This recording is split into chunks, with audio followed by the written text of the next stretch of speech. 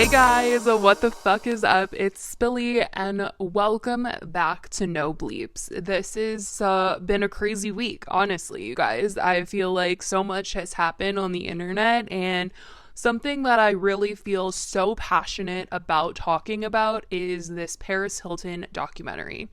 I watched the extended cut version. It's on YouTube Premium and it is almost 2 hours long. And there is a free version that you can watch that I think is just 1 hour and 45 minutes long. But I sat through this and I just feel emotional, you guys. I just watched it. I took notes throughout the entire thing because everyone was telling me I need to watch it, and the message is very strong. And I think that this is super relevant because it's the things that are discussed in this are still happening, and the message needs to get out there because this is even relevant to YouTube because this is something that happened to a YouTuber's child this year, and we've discussed it, and we'll break it all down. But gosh, you guys, I literally am getting emotional. Like, I want to cry thinking about what I just watched and Paris Hilton and all of this stuff. I never really knew Paris Hilton like this. I've never seen her, and no one has. That's the point of this documentary, is that no one has seen this side of Paris Hilton. I feel like she's always kind of been a little bit of a mystery. I grew up, I watched The Simple Life with her and Nicole Richie, and I knew about her, being rich, and that her grandfather owned this incredible hotel empire. I'm sure if you guys have ever looked into hotels, you've seen a Hilton hotel somewhere, somehow. Like, the name Paris Hilton is iconic. Everyone has heard of it at some point in some time, and it's associated with luxury, perfection, and there's just nothing that gave you any bit of like real life or any bit of trauma. Like, you just could not ever see any of that by looking at Paris Hilton. And it truly just goes to show you that you cannot judge a book by its cover. You don't know what other people have been through, and you don't know what people are going through still. So I think that this, honestly, the biggest takeaway is that you just really can't judge people. You really have to be understanding of everyone. And, if someone is rude or nasty or whatever, you just truly just got to think to yourself, I wonder what they've been through, and maybe you giving a little bit of compassion could help them in some way or somehow.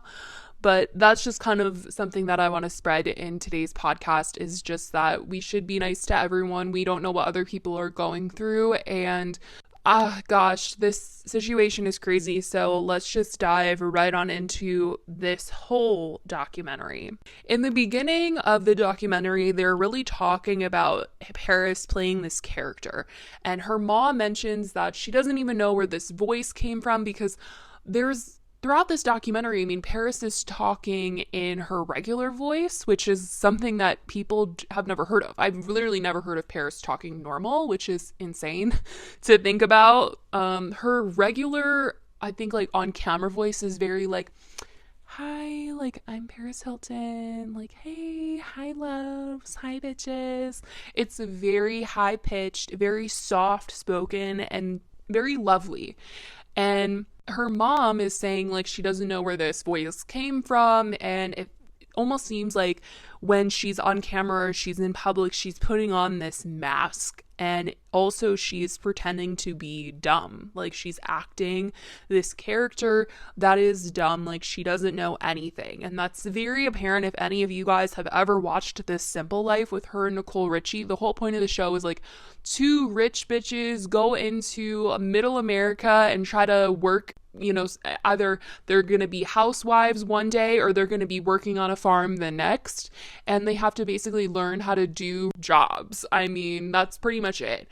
Compared to lavish lifestyle, they need to learn to be middle class America. During that time, like, they were acting like they didn't know how to do anything. Like, breastfeeding was a foreign concept to them, and having to clean the house seemed like a foreign concept to them.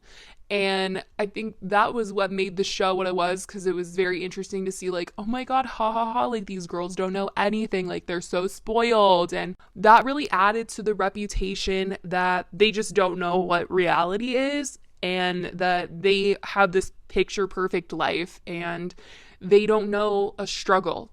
And it's obvious through this documentary that is so far from the truth. And they didn't touch on her relationship with Nicole Richie at all in this. This is truly about Paris's journey, and this whole thing has to do with a movement called Break Code Silence. And it's all based upon this school that Paris Hilton went to called Provo Canyon.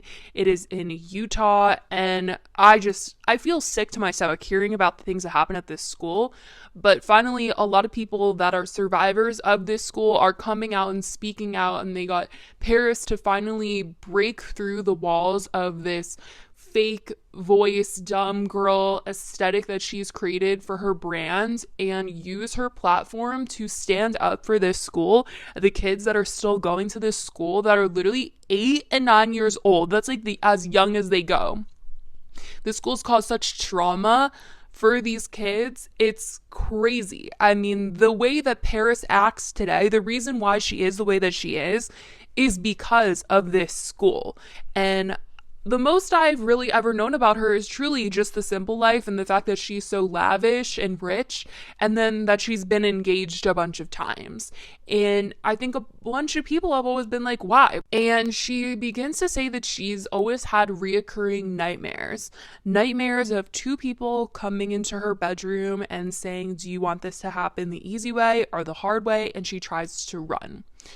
And this is absolutely horrifying. She says she has these dreams almost every single night. Slowly throughout this, we're getting stuff from the past where she, at one point in time, had a sex tape. And that was really, really bad because her mom and her dad always wanted her to be this elegant, poised, posh girl. And she went to etiquette classes. They always had to be seen as like the very girly girls, dressed nicely, always proper, had great manners, and her sister and her always had to be perfect. Perfection was expected. Their parents were strict. No late curfews, no school dances, no makeup, no dating. And eventually she cracked. That's kind of just what she said. She just said, basically, fuck you guys. I'm gonna do me. And she rebelled. She just went crazy. She was at clubs. She was partying. And her sister said that her mom would stay up late at night and be so freaked out because obviously it was gonna be like in the tabloids and the papers. And her mom would call around all of the clubs and threaten them because her daughter was there. And because of this, her mom finally sent her away to an outdoor wilderness program.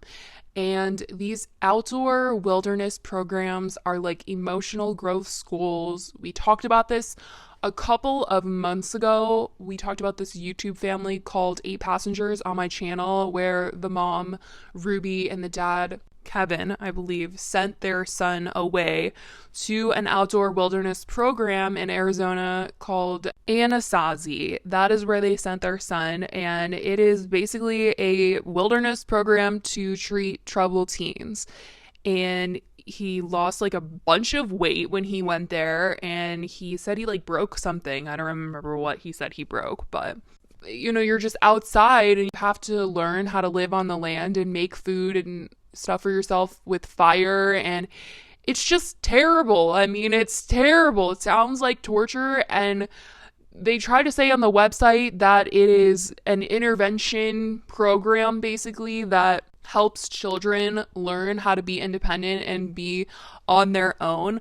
But this is absolutely traumatizing for some people. I mean, seriously. And he got sent there because he just like pranked his little brother. And here they are, Paris talking about how she ended up getting traumatized by places like this.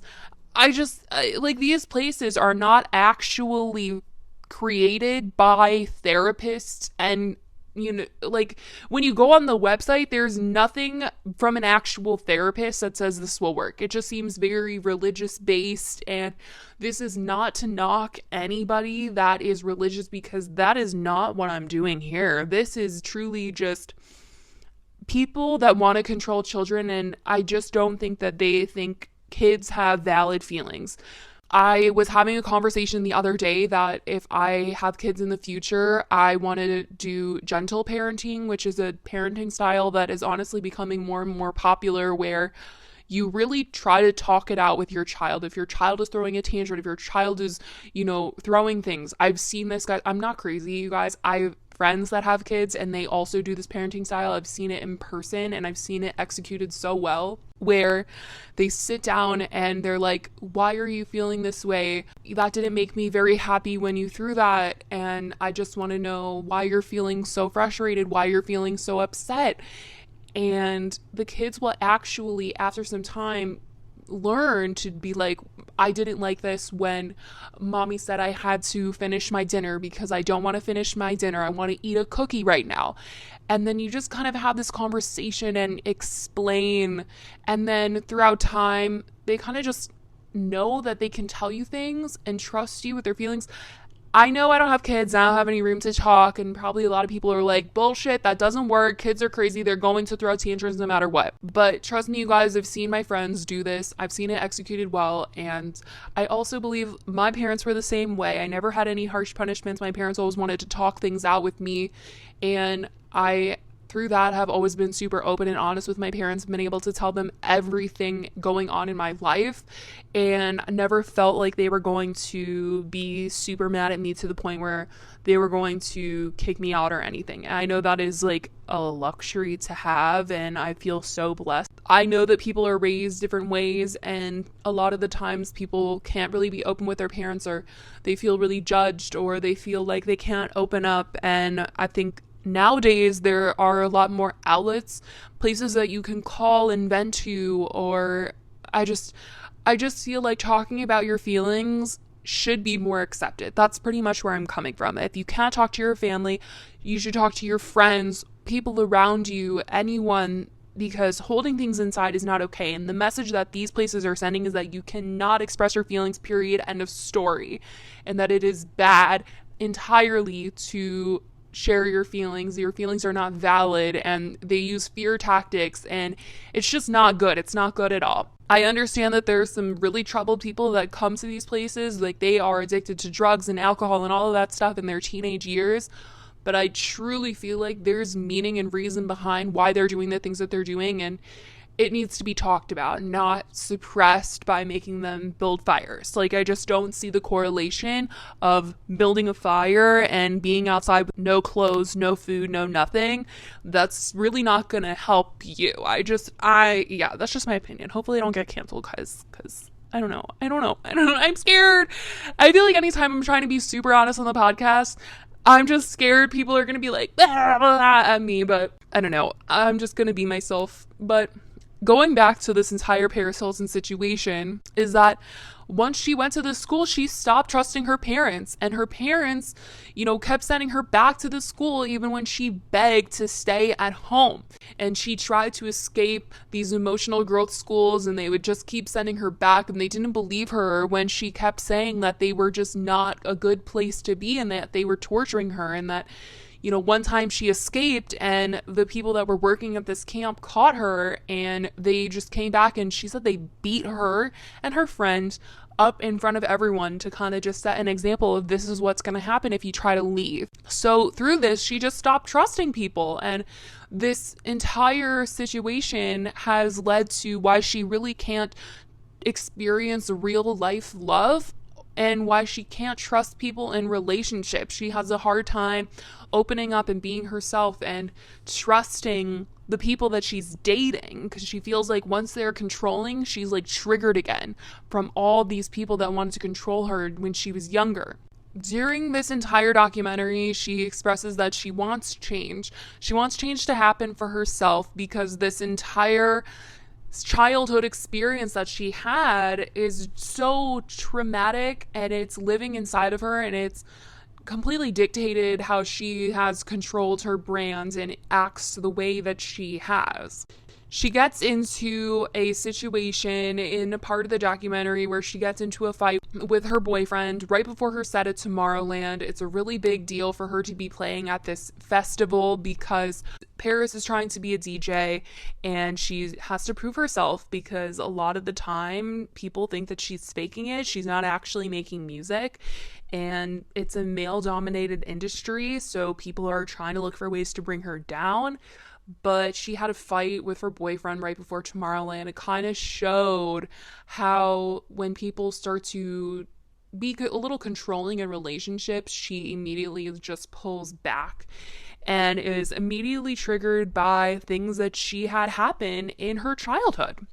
And it goes back to these schools. The one school that really is the basis for this entire movement, this break code silence movement, is the school Provo Canyon School. Basically, her mom did not believe her that, she was having nightmares and that she just took everything with a grain of salt. Her mom did not realize the things that were happening behind the walls of this school.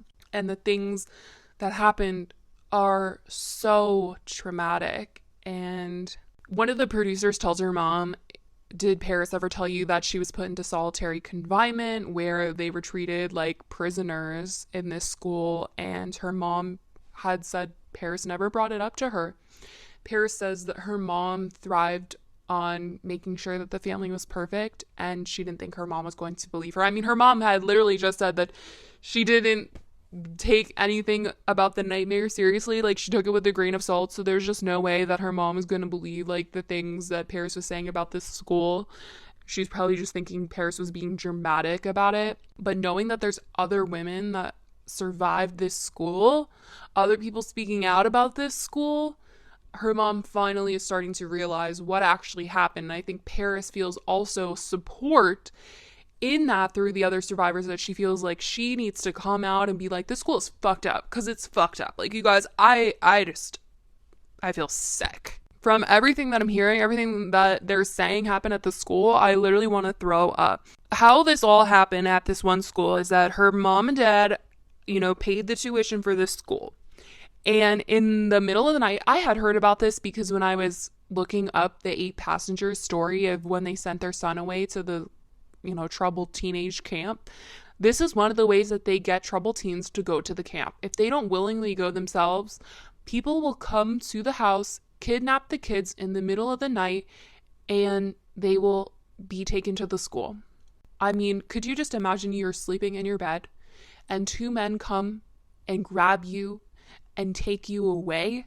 I mean, I think the biggest fear that I had as a kid was always being kidnapped, because it's so overly emphasized in childhood that you need to be careful, and people will take you and you need to hold your mom's hand in the grocery store, and you can't go places alone. You can't walk away from your mom. And to be in your bed, in your place of comfort, and to have men come in and grab you, screaming bloody murder, and to look at your parents and see them just ignore you. I just couldn't even imagine. Like, that's true abandonment. And that's what Paris said happened to her. And her sister said that the next day after that happened, her parents acted like nothing even happened. And Paris was emotional talking about this. I mean, how could you not be? I felt emotional hearing her talk about this. Is disgusting to hear parents willingly let someone kidnap their kid and terrorize them. Like, that is some true trauma, true terror to have been kidnapped in your life. And to know that your parents let it happen, it totally explains her trust issues, the reason why she feels like she can't fully love someone. It just really all makes sense. She says this school was the worst of the worst. She would sit in a chair, look at the wall, and they would get hit. She felt like the people that worked there got off on torturing kids, and they were giving her medication, and she tried to not take the medication. She was like hiding the medication at one point, but they found out that she was actually hiding the medicine that they were giving her, and she wasn't actually taking them. And so they put her in solitary confinement, which was like this cell all by herself, and she had to take her clothes off and go in there. The girl next to her was screaming. She was in a straight jacket. And her parents had no idea that any of this was going on. And she was so angry at them and so upset. She hated them for doing this to her, for sending her here. And she said she was there for 11 months. And the only thing that saved her was thinking about what she was going to do outside of this world. And that she was going to basically turn 18 and make this brand and be so rich that her parents could never control her ever again. And she did that. I mean, she told her parents, like, right before she turned 18, if you don't let me out, I'm going to write a tell-all book about everything. And her parents let her out. I mean, it's sad that that's what let her out, that her parents, like, didn't want her to write a tell-all. But the reason why Paris is the way that she is, the reason why she put on this act and acted this certain way her whole life and in her career and her whole brand, was because she felt that was her only way to be free, is to make a name for herself and make all this money so that no one would ever tell her what to do ever again. And basically, when I brought up the sex tape earlier, it really comes back into play here, because when they brought it up in the beginning of the documentary, they were saying obviously it made her family really upset, and that, you know, she didn't look like a proper lady and she disrespected the family. But she says, like, things like that never would have happened if she hadn't gone to this school, because the lines between tough love and abuse were so blurred for her. And this is the reason why she got into a lot of abusive relationships later on in life, is that she thought it was normal to receive love this way. And she says about the sex tape that it wouldn't have happened because if she didn't go to that school, she wouldn't have been so lost, and she wouldn't have been with, like, the worst possible person ever on the planet. Like, she just would have maybe known what real love was, or what good people really seemed like, but all she knew was abandonment and people torturing her from this school. She ended up meeting up with one of the survivors from the school. She later on in the documentary met up with a bunch of the girls from the school, but she thought that this whole story of speaking out about this school and what happened to her at the school was going to ruin her brand. But she finally realized that she needs to address this trauma, otherwise it's going to stick with her forever. And the school has been around for 50 years, and there are so many branches. Like, teachers from this school that Paris Hilton went to ended up leaving the school and starting their own school because it's so profitable. I mean, just think, like, it's so expensive to get your kids to go to these kidnapping schools that, you know, they're making bank. They're making so much money. And I don't even think they have to pay taxes because it's like a non-profit. And they're making so much money from these rich parents sending their bratty little kids to these schools and not realizing the things that are actually going on. They're not actually being helped. They're being tortured and medicated, and it's so frustrating. I really can't even believe this. She says, like, making this documentary is truly just for her parents and everyone else to finally see, like, she wasn't making any of this stuff up. And she doesn't want other people that have been to the school to feel like they were alone in the situation, that they can speak up. She was so embarrassed by the fact that she went to this school for so long, and that's why she wanted to be seen as perfect and act the way that she does. But truly, now all that matters is helping other girls. And she says, like, she doesn't even know what it would be like to grow up in a world right now where perfection is seen as amazing and liked. I mean, everyone wants to follow someone that's perfect, and she says that she looks at little girls wanting to be perfect and act perfect, and she feels responsible for adding to this generation of perfection. And she really just wants to break down the walls and be real, because she's been through some serious shit. She doesn't know if her nightmares will ever go away, but she knows that there are kids going through the same thing right now, and she wants to still be able to help them by sharing her message. They have kids, like I said, 8 and 9 years old still at the school, and the parents have no idea what's going on. So she wants to use her voice to try and get them out and get these places shut down, because it's not okay. Later on, a big group of these girls get together and detail some of the things that they experienced at this school. They want to take the power back, use their voices. and they experienced trust issues, PTSD, abandonment. So much trauma came from this place. They were force fed, abused by the staff, cut off from family, restraints were used against them, they were mentally abused, forced to take medication, and they were constantly told that everything happening to them was their fault.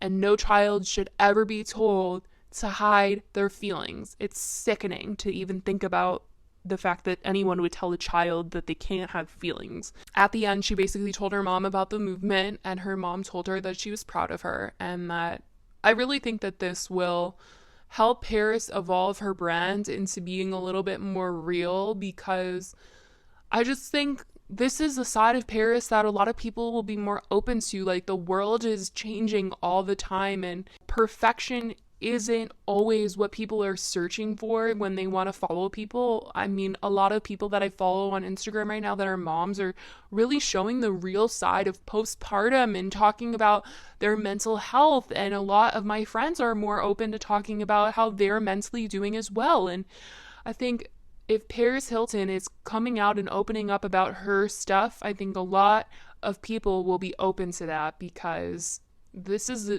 truly change that needs to happen. We need to be able to express ourselves.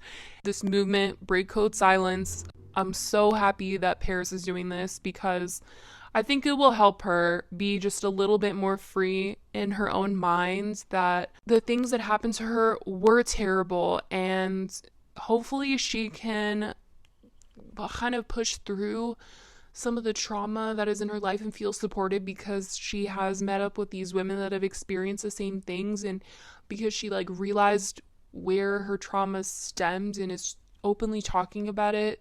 Maybe she can try to tackle these demons.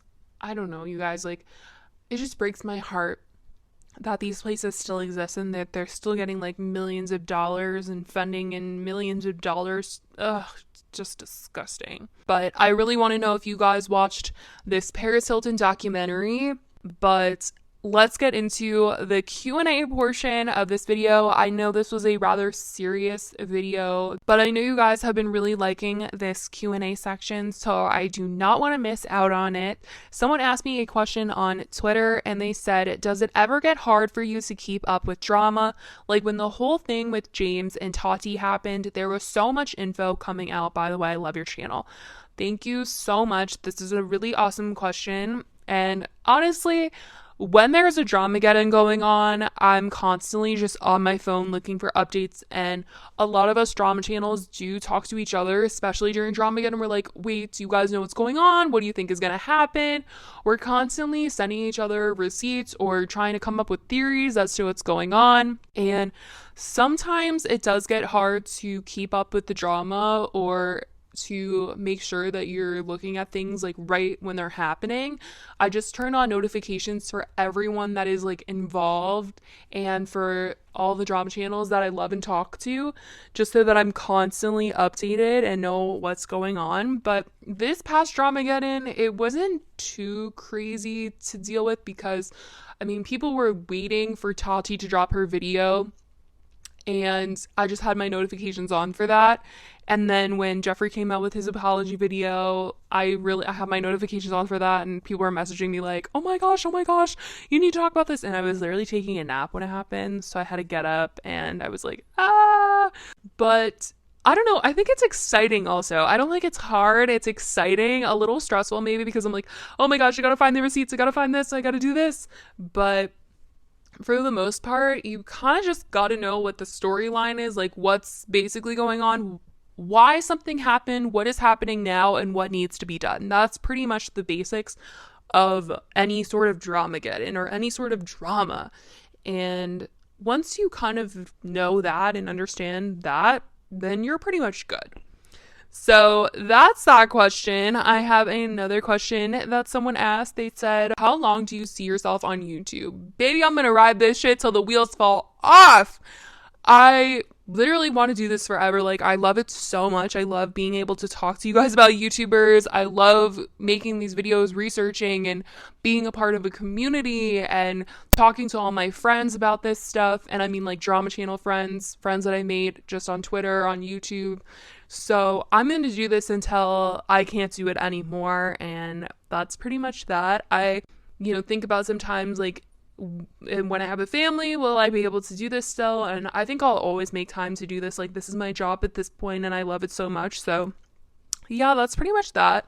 Someone said, have you ever thought about not posting a video because of what it could potentially do to someone's YouTube career?